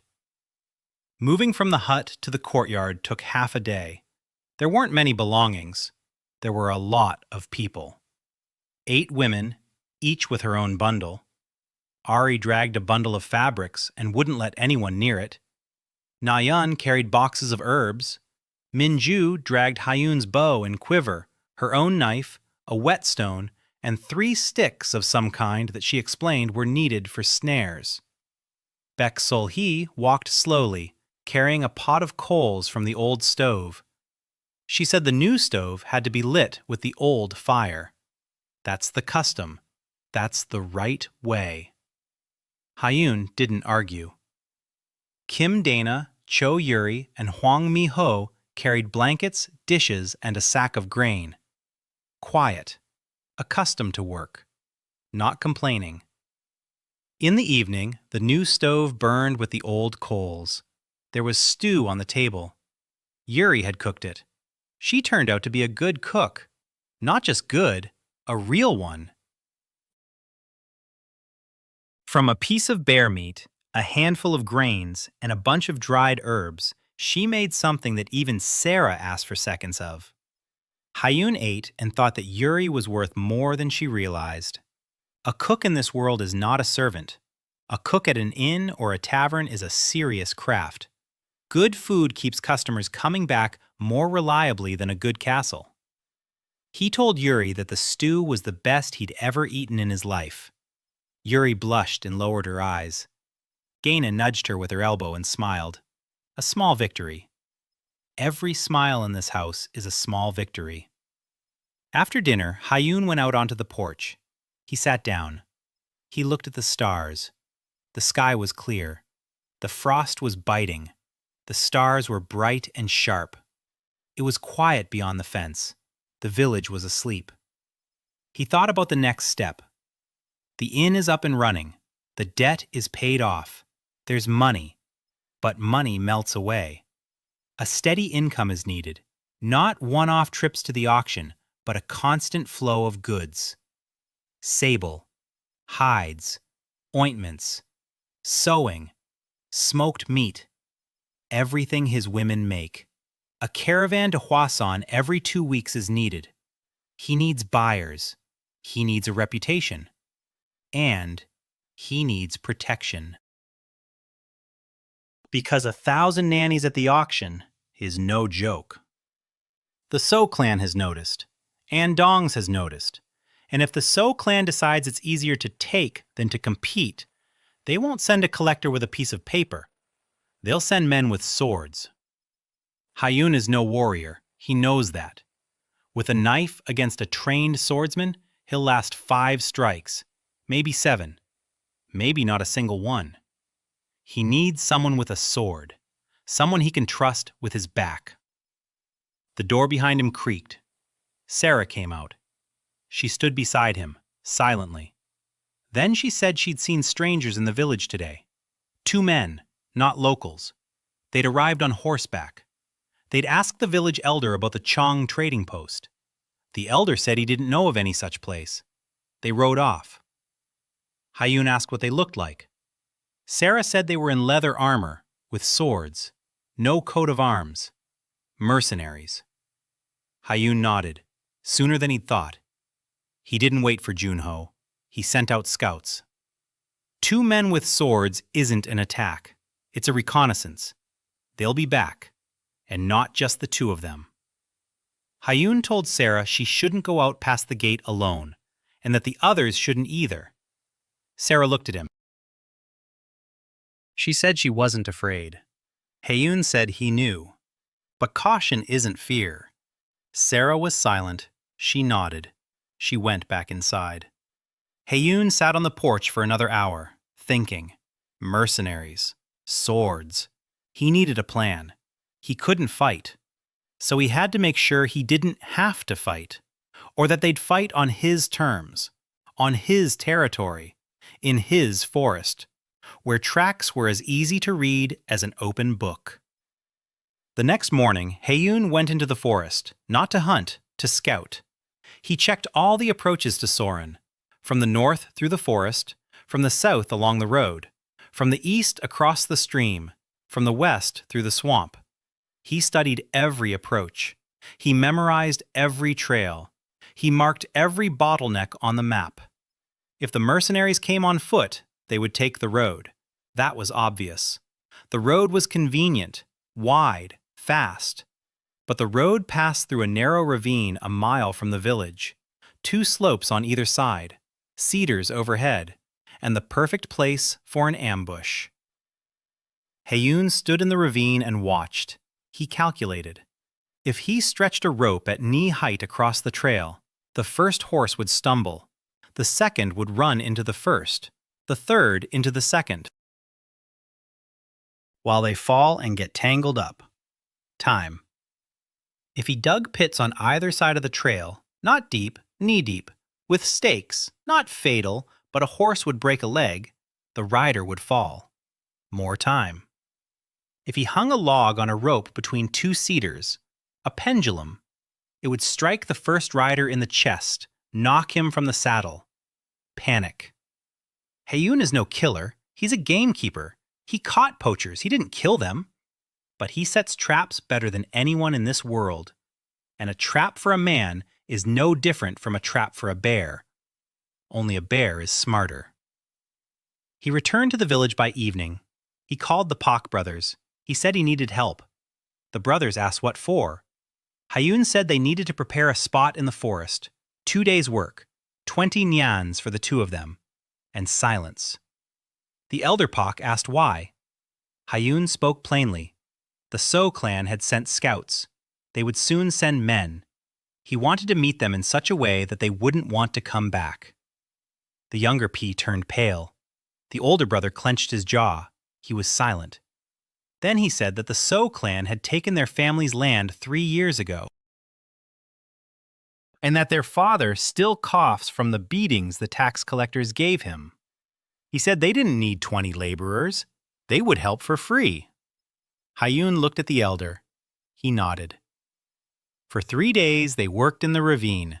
Ropes, pits, a pendulum made of a log, something else. Hayun found a wasp nest in a tree. Empty. Wasps hibernate in winter, but the nest was large. If you fill it with small gravel and hang it over the trail on a thin string, when the string breaks, the nest falls. Gravel flies into faces, into eyes. Not fatal, but for a minute a person goes blind. A minute on horseback with blinded eyes means a fall. The Pak brothers watched as Hayun worked and said, then the elder said quietly that he understood why Hayun needed the map. Hayun doesn't hunt animals. He hunts anything that moves through his forest. Hayun said he doesn't want to kill anyone. He wants the people of the So clan to understand that it's better not to enter this forest. Elder Pak nodded. The trap was ready. Now to wait. Hayun returned to the courtyard. In the evening, he sat by the stove and taught Minju how to tie a noose. Ari was sewing mittens and grumbling that there were too many ropes in the house. Nayun was drying a bundle of St. John's wort and said nothing. Sarah was tallying the income and expenses for the first month. Dana was spinning wool into thread. Yuri was cutting meat for tomorrow. Miho was weaving a net from bast for spring fishing. Spring was still far off, but Miho wove every evening. Her fingers remembered. Bek Sol-hee sat by the stove and told Minju how her grandfather once saw a white wolf on a full moon. Minju listened and knitted a stitch at the same time. Hayun watched them and thought that this was already a home. Not yet a family, but already a home. A place where the stove is burning and the air smells of St. John's wort, and someone is knitting a net, and someone is counting money, and someone is telling a story. And it's quiet beyond the fence. Quiet for now. Hayun paid off his debt to the So clan and built the Cheon trading post in 7 days. Each of the 8 women received a job and a task. The So clan's scouts appeared in Soran after the auction. Hayun, together with the Park brothers, set up a system of traps in the ravine on the approaches to the village. The mercenaries arrived 5 days after the reconnaissance. 7 men, on horseback, with swords, without a coat of arms. Hayun learned of them within half a day. Not from people, from the forest. A jay on the southern edge of the road raised the alarm at noon. An hour later, a second jay, closer to the ravine, took up the alarm. The birds weren't screaming at a beast, at people. A beast moves quietly. People on horses move with a clatter. Hayun sat on the porch and listened. Minju sat beside him and listened too. She had already learned to distinguish a jay's alarm call from its usual cry. Hayun had been teaching her for 3 weeks. She asked how many. Hayun said, judging by the sound, between 5 and 10. The horses were heavy, shoed, military. He stood up, went into the house, told Sarah not to go outside the gate today. No one. Sarah looked up from her birch bark books. She looked at him. She understood immediately. She nodded. She stood up. She gathered everyone in the main room, quietly and quickly. Ari asked what had happened. Sarah said the guests were coming. Ari turned pale. Then she pressed her lips together and sat down at the table. She picked up a needle. Her hands trembled slightly, but she sewed. Nayeon curled up in a corner by the stove. She wrapped her arms around her knees. Bek Sol-hee sat down next to her. She put a hand on her shoulder. Dana, Yuri, and Miho sat quietly. They waited. Hayun took a bow. 3 arrows, a knife, a rope. He went out. Minju stood on the porch with a knife at her belt. Hayun looked at her. He said she was staying. Minju opened her mouth. He said it was an order, not a request. She had to stay in the yard. If anything went wrong, she was to take everyone and lead them out through the north exit behind the vegetable gardens, into the forest, to the hot spring. Wait there. Minju clenched her teeth. Her eyes glinted, but she nodded. Hayun went to the ravine. On the way, he whistled to the Park brothers. They were in the yard of their house.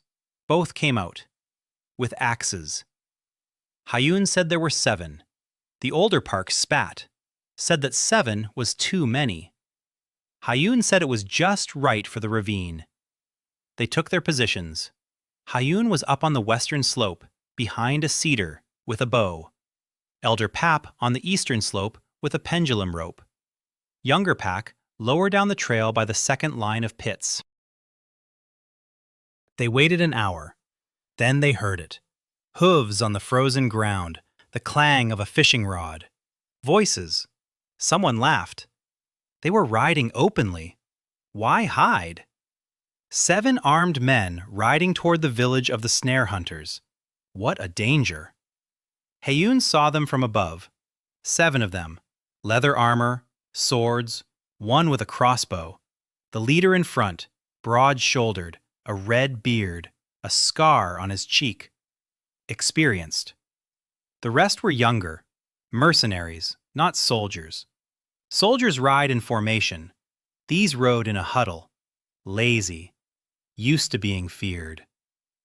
The first horse entered the ravine, the second, the third, all 7 inside. Hayun whistled, thinly, briefly, like a titmouse. The elder Pak tugged the rope. A log pendulum swung down from the eastern slope, heavy, 2 fists thick. It struck the front rider in the chest. He flew out of the saddle like a rag doll. The horse bucked. It crashed into the second one. The second horse reared up. The rider held on but lost his stirrups. In that same second, a thread snapped on the aspen nest. Gravel struck the faces of the 3 in the middle. A scream. Hands to their eyes. One let go of the reins. The horse bolted, straight toward the pits. The left front leg sank in. A crunch. The horse collapsed. The rider flew over its head. He hit the frozen ground. He went still. The 5th and 6th riders whipped their horses away from the trail, into the snow. The rope was at knee level. The first horse stumbled. It fell on its side. It pinned the rider's leg. A scream. The second horse jumped over the rope but crashed into the undergrowth. Branches lashed the rider's face. He shielded his face with his hands. The horse stood up. The rider sat in the saddle, blinded and dazed. The red-bearded elder was the only one of the 7 to stay in the saddle. His horse stood in the middle of the ravine, snorting. Chaos all around. Moans, a scream, neighs. One unconscious from a blow with a log. One under a horse with a broken leg. One had fallen from his horse with a shattered skull. 3 had gravel in their eyes. And him, the only one in the saddle. The red-bearded man looked around. He drew his sword. Hayun fired. The arrow struck the ground a foot from the red-bearded man's right stirrup. The man froze. He looked at the arrow. He looked up, at the slope. Hayun stood behind a cedar tree, bow drawn, a second arrow on the string, aimed at the red-bearded man's chest. Hayun spoke loudly and calmly. "The next one's for your throat. Swords to the ground." The red-bearded man looked at him for a long time. Then he slowly lowered his sword. He placed it on the saddlebow. He said they had come to talk. Hayun said the conversation was over. The red-bearded man said that So Jung-ho wanted to meet, in person, without weapons. A proposal for cooperation. Hayun said that So Jung-ho could send a letter. The red-bearded man said that So Jung-ho doesn't write letters to trappers. Hayun said that then So Jung-ho could come himself, and added that the ravine was open only until dark. After dark, he would activate the second line of traps. There was no second line, but the red-bearded man didn't know that. He looked at the arrow in the ground, at the log, the pendulum, at the pits, at the ropes, at his men groaning in the snow, and decided that a second line was entirely possible. He turned his horse around, gathered his men. 2 couldn't walk. They were loaded onto horses. 7 rode off, slowly, silently, without laughter. Hayun stood on the slope and watched them leave. His hands didn't tremble, but his heart was pounding. 7, with swords. He had stopped them without a single sword stroke. With traps, with his wits, just as he'd promised himself. The Pack brothers emerged from their hiding places. The younger one was as white as snow. The older one spat. He said he wouldn't believe it until he saw it. Then he looked at Hayun. He said that if Hayun ever needed a man with an axe, he knew where to look. Hayun nodded. This was the second alliance, stronger than the first, forged not by money, but by a common enemy. That evening, Hayun returned to the courtyard. He entered the house. All 8 were sitting where he had left them. Ari was sewing. Her hands weren't shaking anymore. Sarah was counting. Nayong was sitting by the stove. Minju was standing by the door with a knife in her hand. Hayun said the guests had left. Minju exhaled. Ari stuck the needle into the fabric and said she hadn't worried for a second. Her voice trembled. Baek Sol-hee got up from the stove.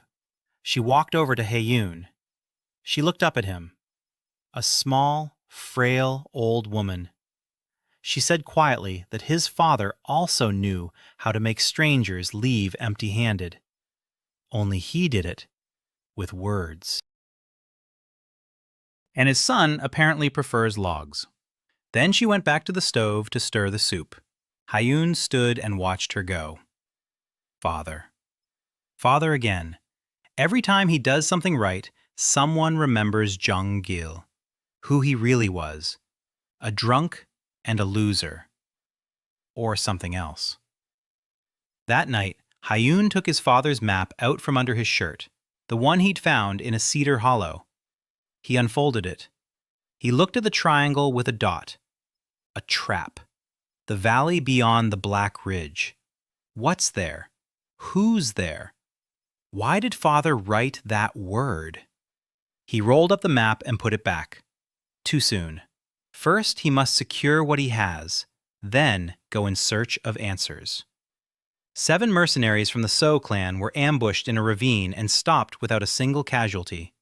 The red-bearded elder relayed that So Jung-ho wanted to meet in person. Hayun refused. The Park brothers had definitively sided with Hayun. Baek Sol-hee mentioned again that Hayun's father possessed similar abilities. The second month began in silence. The So clan remained silent. The mercenaries did not return. Hayun knew this was not the end, but a pause. So Jung-ho is thinking. He is reworking his plan. He is a clever man. Brute force did not work. That means his next move will be more subtle. Hayun used the silence. Every day from dawn until dusk, the Cheong trading yard was growing. The first caravan to Hwaseon left a week after the skirmish with the mercenaries. It wasn't large. Sleds carrying sables, mittens, bear fat, and Nayeon's herbal ointments. Hayun didn't go himself. He sent the Park brothers, with a letter for the apothecary who bought bile, with a letter for the merchant who bought sables. with the exact prices Sarah had written down. The brothers returned 4 days later. They brought back 120 nyans, and in order. The apothecary wanted more bile and ointments from Nyang. He tried the ointment on his sore knee and said he hadn't seen anything better in 2 years. He asked for 20 jars for the next wagon train. Nyang sat by the stove and listened to the Park brothers. Her expression didn't change, but when the brothers left, she stood up, silently took out a mortar, and began pounding herbs. And she worked until midnight. Hayun woke up in the middle of the night and saw her hunched back in the light of the mortar. Thump, thump, thump. Mortar against mortar. Steady. Calm. For the first time ever, with pleasure. The second convoy in 2 weeks. More goods. Sable, ermine, ointments, mittens, the second bearskin hat. Ari sewed it in 10 days. Better than the first one. Lined with foxdown. The stitches are finer and neater. Ari said the first hat was just a warm-up. This one is the real deal. Plus smoked meat. Beksolki smoked the bear and venison using her own recipe, 3 days over alder wood. The meat turned out dark and dense and smelled so good that the Pak brothers stole a piece while loading the sled and were caught by Minju, who was standing guard. Minju said that theft is punishable. The elder Pak said that it wasn't theft, but a tasting. Minju said that the next tasting would cost him a finger. Young Pak laughed. The elder looked at Minju appraisingly and said the girl would go far. The second wagon brought 200 nyans.